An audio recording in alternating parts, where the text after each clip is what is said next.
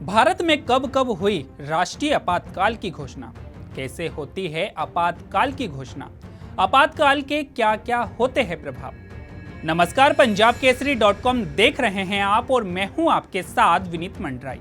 भारत में राष्ट्रीय आपातकाल एक असाधारण शासन की स्थिति होती है जिसे भारतीय संविधान के अनुच्छेद 352 के तहत घोषित किया जाता है। इस स्थिति में केंद्र सरकार को व्यापक अधिकार प्राप्त हो जाते हैं और देश की सामान्य प्रशासनिक और संवैधानिक प्रक्रियाएं अस्थायी रूप से बदल जाती है। राष्ट्रीय आपातकाल घोषित करने के कई कारण होते हैं, जैसे युद्ध की स्थिति, बाहरी आक्रमण या आंतरिक अशांति। ऐसी किसी भी स्थिति में देश में राष्ट्रीय आपातकाल की घोषणा की जाती है। बता दें कि भारत में अब तक 3 बार राष्ट्रीय आपातकाल की घोषणा की जा चुकी है। आपातकाल भारतीय राजनीति, समाज और लोकतांत्रिक संस्थाओं पर गहरा प्रभाव डालता है। अब आपको भारत में राष्ट्रीय आपातकाल की स्थिति, प्रभाव और इसकी समाप्ति के लिए क्या नियम बनाए गए हैं उसके बारे में बताते हैं। इंदिरा गांधी ने देश के तत्कालीन राष्ट्रपति फखरुद्दीन अली अहमद को अनुच्छेद 352 का उपयोग करके भारत में आंतरिक आपातकाल घोषित करने की सलाह दी थी। इसके बाद बिना किसी पूर्व चेतावनी के 25 जून 1975 की मध्य रात्रि को आपातकाल की घोषणा की गई थी। भारत में यह तीसरा अवसर था जब राष्ट्रीय आपातकाल घोषित किया गया था।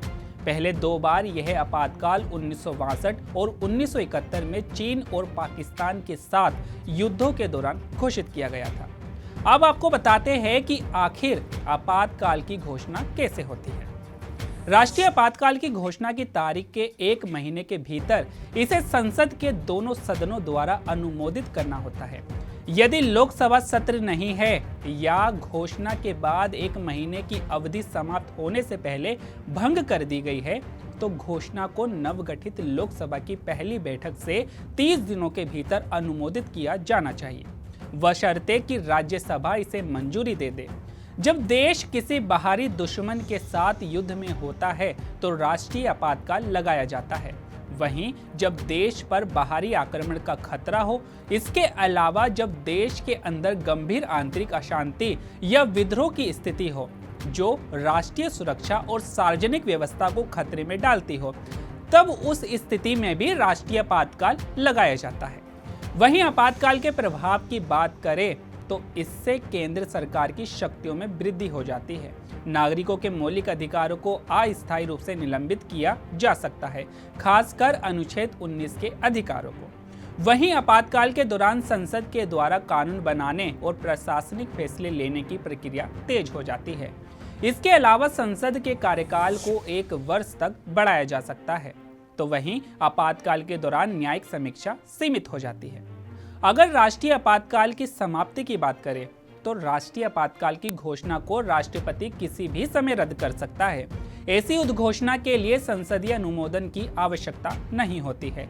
वहीं यदि लोकसभा साधारण बहुमत से इसकी निरंतरता को अस्वीकार करने का प्रस्ताव पारित करती है तो आपातकाल को अवश्य ही रद्द कर दिया जाता है। आपको बता दें कि राष्ट्रीय आपातकाल ने भारतीय लोकतंत्र की शक्तियों की परीक्षा ली, लेकिन लोकतांत्रिक निर्णय से उत्पन्न बाधा ने देश और नागरिकों को सबक सीखने के लिए प्रेरित भी किया था। तो आपकी इस पर क्या राय है, हमें कमेंट करके जरूर बताइएगा। तो अभी के लिए केवल इतना ही। ऐसे ही तमाम खबरों के लिए बने रहिए पंजाब केसरी .com पर। नमस्कार।